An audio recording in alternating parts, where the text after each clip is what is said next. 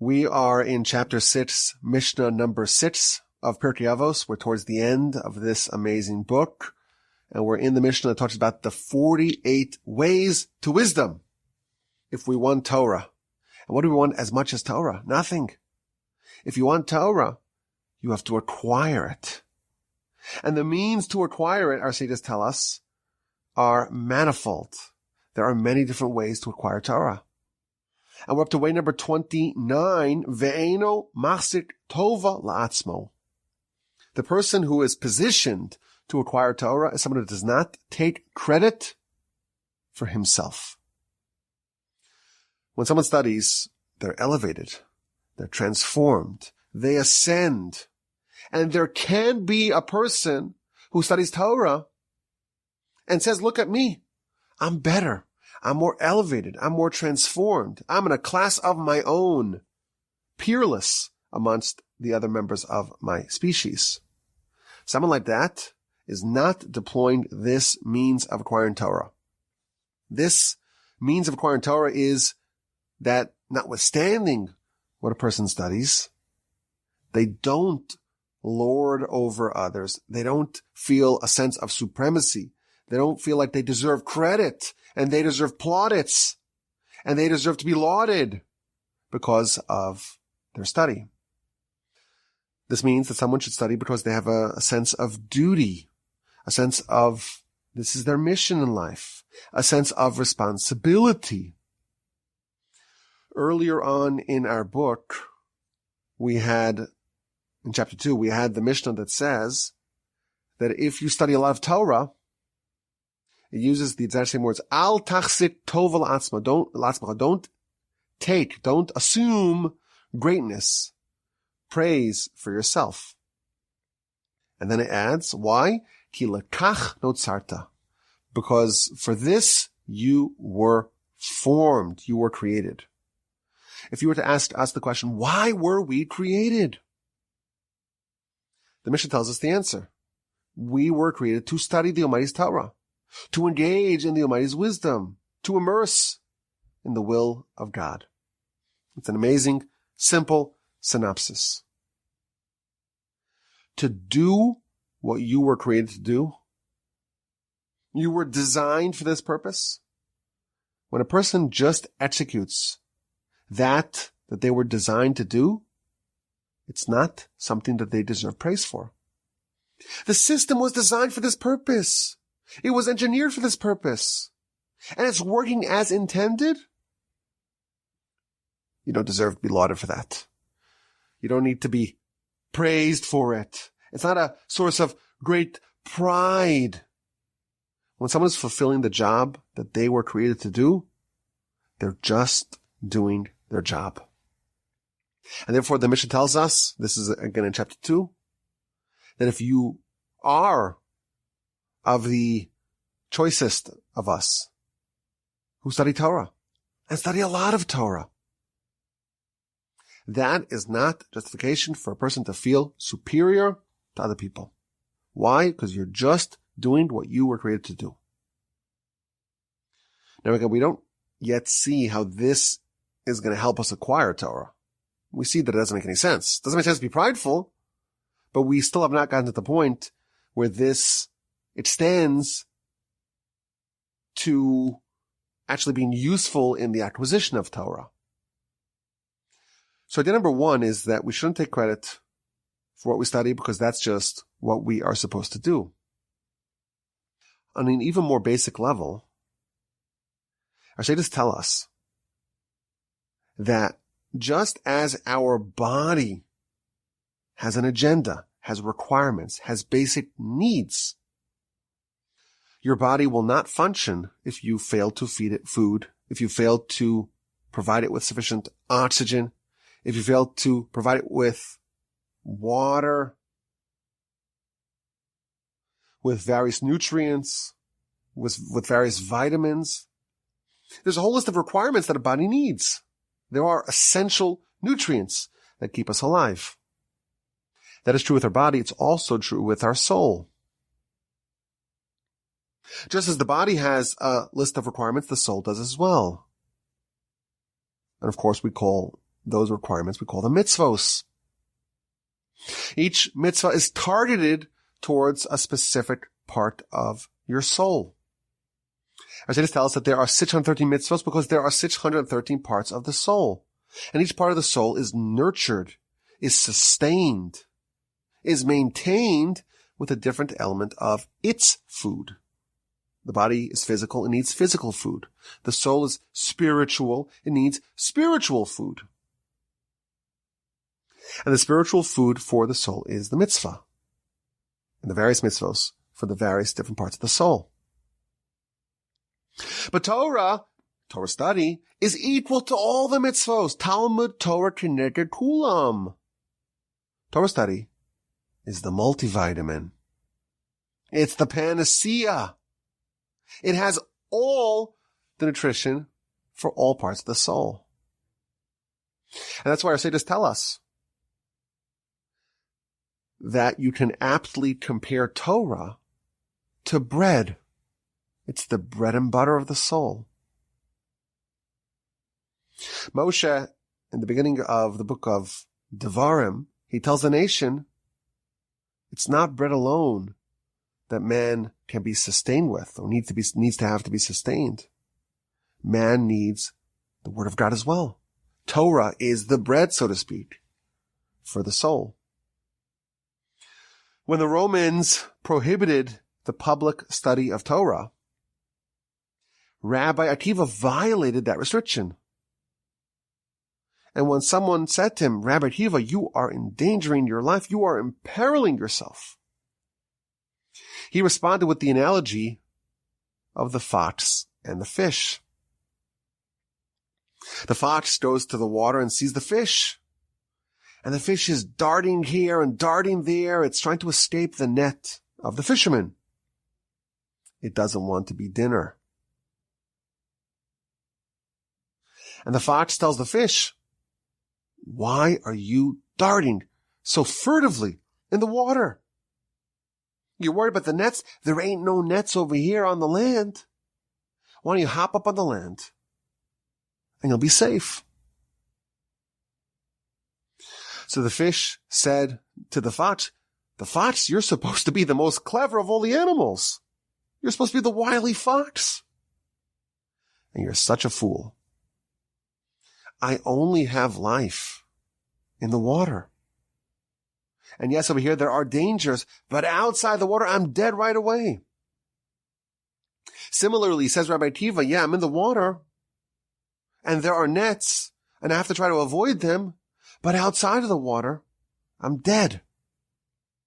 For Rabbi Akiva, who is so connected to his soul, he truly realizes the Torah is bread. Torah is also oxygen. And it's safer for me here teaching Torah, trying to dodge the nets of the Romans than it would be for me outside of the water, outside of the oxygen. For someone who truly senses what their soul needs, Torah is bread, Torah is oxygen, Torah is water. Ein mayim ela Torah, our sages tell us. And there are many different analogies that the Midrash brings as to why it is appropriate to compare Torah study to water. Well, water covers the whole world, from one end of the world to the other. It's quite expansive. So too, the Torah is expansive. It goes from one end of the world to the other. And just as water equals life, it provides life and growth to the whole world, so too Torah provides life to the world. And just as water originates in the heavens, so too does Torah. And just as water can purify the body, you want to take a shower, you go into the water. Torah also purifies the body. It takes all the blemishes and cleanses a person. And just as water, it really, you think about water, it really comes in only little drops, a little drop here, drop there. But what happens, especially in Houston? You have a little drop here, a little drop there. Before you know it, there's a flood. Torah works the same way. It never starts off as a flood. A little bit here, you learn a little bit today, a little bit tomorrow, 2 laws today, 2 laws tomorrow. Before you know it, there's a veritable flood of Torah. And just as water is so essential, that no matter how important you are, how great you are, how exalted you are, you're not embarrassed to ask a simpleton, can I have a glass of water? So too, when it comes to Torah, no matter how elevated and refined and scholarly and transformed a person is with Torah, you're never embarrassed to ask from someone who's smaller than you to teach you, to help you. And just as water is sometimes dangerous, if you jump into the ocean and you don't know how to swim, you are doomed. So too with Torah. You want to jump into the deep end, and you want to render a ruling in Torah, but you're not a real expert swimmer, so to speak, well, then you are spiritually doomed. So we see how essential really Torah study is for a person. It's bread, it's water, it's oxygen. When someone eats, when someone drinks, when someone breathes, no one applauds for them. No one gives them a kudos for that. Only babies are celebrated for eating. I guess when you go to the doctor, they say breathe in deeply. Maybe that would qualify. But we don't go around giving people high fives for breathing. Maybe on a meditation retreat, I don't know. Wim Hof. Maybe some people could be celebrated for breathing. But when it's your life, that's not something that's worthy of celebration. You're doing it because it's the most basic function that you need to live. So you study a lot of Torah. Oh, I eat 3 square meals a day, and I make sure to drink enough nutrients, and I breathe. I really inhale into my lungs. Look at me. Are you being silly? You're breathing. It's life.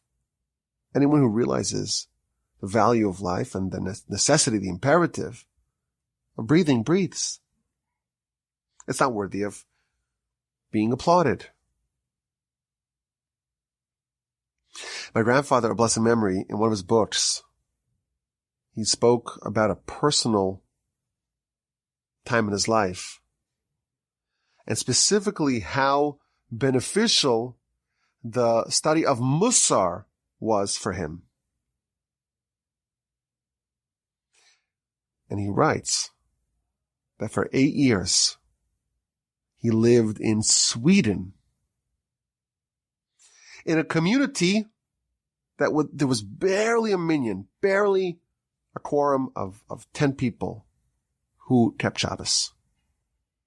He had been in the great yeshiva of the Mir in Poland, with some of the great giants of the nation, and he's cast away into a spiritual desert. And all the rabbis, he writes, or almost all the rabbis that went and served in that community, they became corrupted. The atmosphere, the spiritual atmosphere was such that it just sucked away the vitality of all the rabbis that went there. And then he says, if I succeeded to some degree to preserve my standing as a Ben Torah, as someone who's serious about Torah in those years, when I was alone,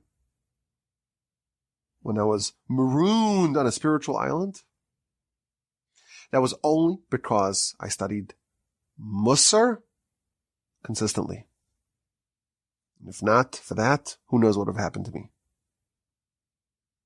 And that allowed me to remain a loner in my world. And then he says, I am writing these words only because I don't see it as any sort of self-glorification. I view it simply as a person saying I remained healthy in a time of a famine because I ate bread every day. This is what I remembered when I was thinking about this subject. It's not a source of pride. Yeah, of course you feel good. Everyone feels good when they study. Everyone feels good when they accomplish something in Torah. Torah is supposed to bestow joy on a person. We pray every day. Let the words of Torah be sweet. But it's not a source of pride. It keeps you alive. It keeps your soul alive. It's food. It's water. It's oxygen for your soul. It's not a good reason to be prideful. And somehow this attitude is one of the ways to acquire Torah. I get it. Once I have Torah, you should realize that, well, it's just the basic food stuff for your soul. But how is this attitude a means to acquire Torah? I understand we should be prideful.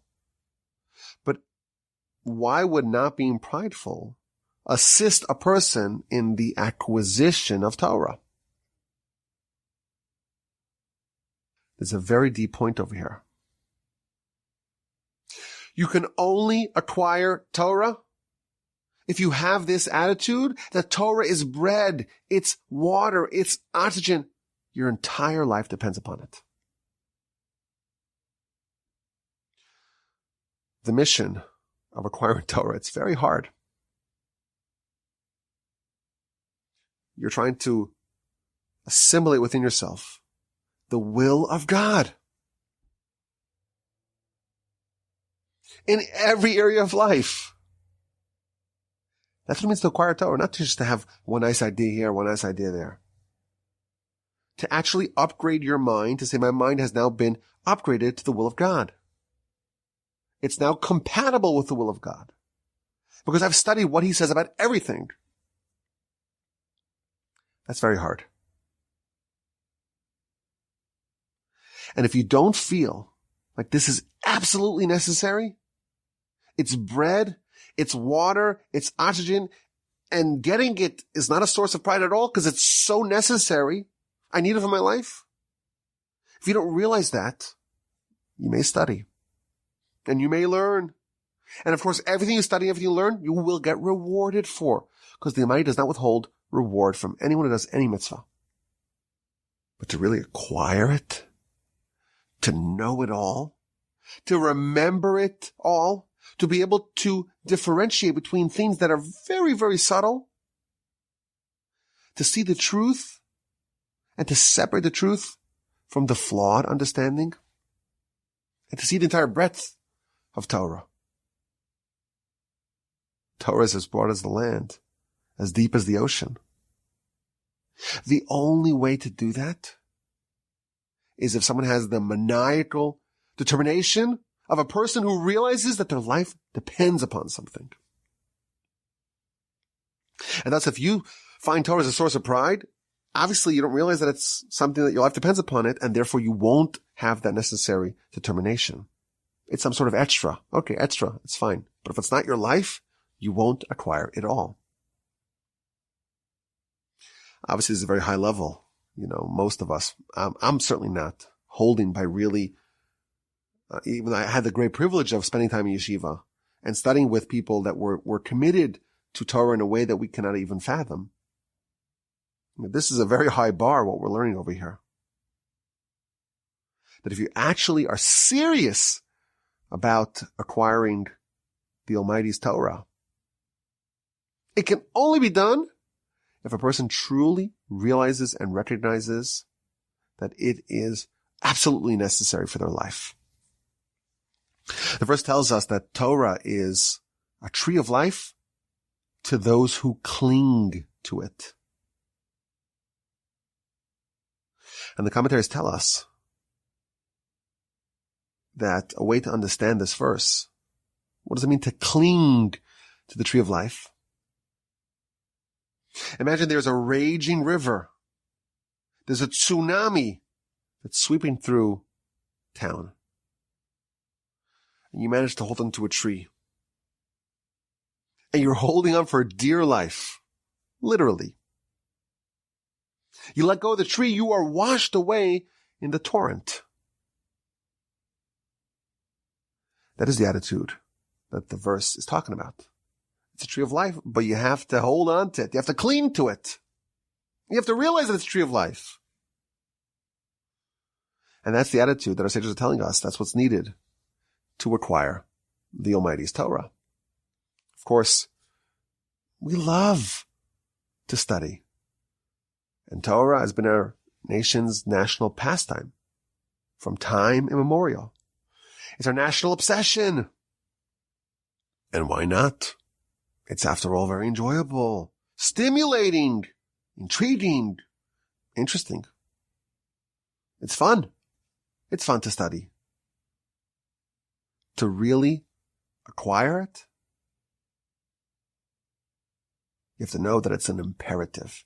It's water, it's oxygen, it's bread, and that will make it float, so to speak, to the top of your priorities. And you can have that sort of determination that's really needed to acquire it, to really own it. At Sinai, the nation accepted the Torah. And the Talmud tells us, it derives it from one of the verses, that the Almighty took the mountain and turned it upside down on top of them, like a barrel, and threatened them. If you accept the Torah, great. If not, I'm going to bury you. People were threatened. They accepted the Torah at gunpoint. And the commentaries all ask the question, wait a minute. The verse explicitly says that the nation opted in. Na'aseh v'nishma, we will do, we will listen. What else do you want? They have accepted the Torah. Why is there a need to threaten them? Why must you turn over the mountain on top of them like a barrel and say, if you accept the Torah, great. If not, I'm going to bury you. It's unnecessary. They already accepted the Torah. One of the answers is that yes, we will do, we will listen, we're in, we're committed. You have to know that this matters. This is life and death. If you don't accept it, you reject it, you're crushed to death. It matters existentially. Not enough to say, oh, we like it, we're in, we're committed. Even if we don't know about it, we'll do, we'll listen. You have to know that the sword of Damocles is right above your head. The mountain is perched precariously right above you. That's a different level of a commitment. Whenever there is some sort of conflict, what happens? For most of us, well, I have a conflict. I cannot do my study. And I am not judging anyone who has that attitude, because I think I'm guilty of it as well. What our sages are describing here is a totally different system of priorities. No one says, I have a conflict. I'm going to take an hour off from breathing. I'm going to take a week off from drinking. I'm going to take a month off from eating. If someone really realizes that this is not something which is worthy of pride because it's so necessary, it's so critical, it's so fundamentally important, that is the utmost priority. And of course, Torah bestows upon a person unparalleled sense of satisfaction. If you're fortunate enough to study the Almighty's Torah, that's great. And you feel great about it. And it gives you a sense of satisfaction and pleasure. And it's sweet. Here's a higher level. The higher level is that you realize it's life. It's oxygen. And there's no extra credit. And that attitude is the real attitude that we must adopt if we are serious about the acquisition of Torah. And of course, this is a very hard standard for us. I wonder how many pursuits in general, forget about Torah for a second. How many things are people so committed to that it really is something they're willing to forfeit everything to achieve? I feel like there's been a spiritual and intellectual degradation of modern times. That the idea of serious commitment and sacrifice for the sake of knowledge, it's a bit of a foreign idea. But there are still people that live with this sort of commitment. I had the privilege of spending time in the Mir Yeshiva in Israel, but also in the unrelated, surprisingly, Mir Yeshiva in New York. And the head of the yeshiva was a legend. Passed away since my time there. His name was Rabbi Berenbaum. And he was someone that really lived with this attitude. The Torah study is life. And I'm not willing to unplug from it, just like I'm not willing to unplug from a source of oxygen and water and bread. And specifically, the yeshiva schedule is sacrosanct. He was unwilling to change anything of the schedule, no matter what the upside was. And there are legendary stories how, there were some really wealthy patrons that wanted to give a very large donation to the yeshiva. He says, I'm not speaking to them during Seder, during the time allotted for study. And if I lose $1 million donation, that's okay. Again, no one would take an hour off from breathing for $1 million. He was not willing to do that with Torah. And I remember hearing how they had the Beis Medrash, so the study hall. It was very old and it desperately needed to be renovated. But the great rabbi was unwilling to allow any renovations to the study hall. It was a very large study hall during the semester. Not a second. Sorry, we're not giving up any time. So they agreed, the administration agreed, okay, we'll do it during the break, the Bein Hazmanim, between the semesters. And they hired extra crews and they worked through the nights to finish this massive job in a few weeks. And they were getting towards the end and they realized that they're not going to be done in time.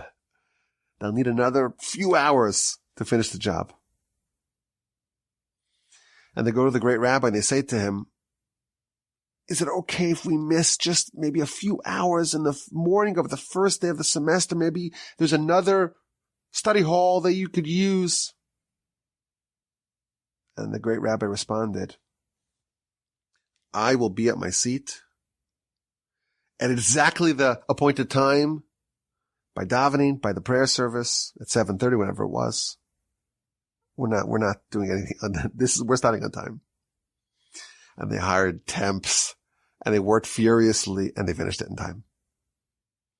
This is a portrait of someone who really equated his schedule, his religious life, his life of his soul with what we would do with life of our body. To him, Torah study was bread, was water, was oxygen.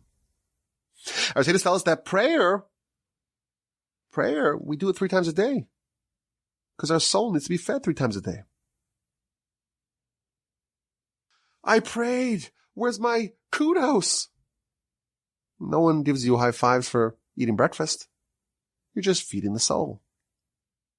Most of us don't have this attitude, but sages are revealing to us that if you really want to acquire Torah, you really are serious about it, This is the attitude that you must adopt. I look forward to your questions, your comments, and your feedback. And as always, my email address is rabbiwolbe@gmail.com.